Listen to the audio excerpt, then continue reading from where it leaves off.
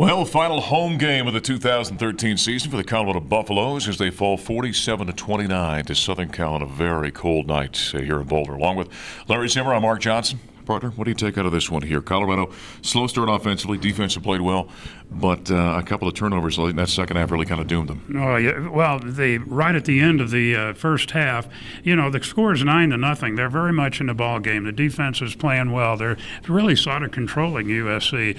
And then the fumble at the 20-yard line, they score in 5 plays, and next possession, Colorado moves the ball into USC territory, and they throw a pick. And they go down and score. So they give up 14 points in the last 5.5 minutes, and then, USC comes out with a big drive to start the second half. The Buffs still battled back to within 11 points, I have to say, and if that onside kick if somebody would have been able to pick it up, it went through about 5 Buffs, it could have been a whole different story. But, USC is a good football team, and they're playing well right now. Yeah, there's no doubt about that. Buffalo score all 29 of their points in the second half, 22 in the fourth quarter. And we say goodbye, from a home standpoint, to a senior class of 15.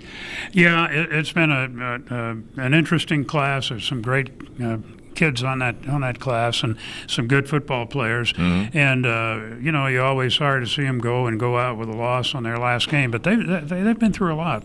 3 coaches, and they really haven't had a winning season, and no bowl games or anything like that. So they have nothing like that to look back on except being a Buffalo. And by the way, make it 8 straight losing seasons for the Buffaloes right now, as this one officially takes them out of bowl contention. There will be no 6 wins in a bowl game for the Buffaloes in 2013. No, and the last time they went was 2006, I believe, and so I never thought I would see a drought like that as bowl games. I mean, I was used to going to bowls every year.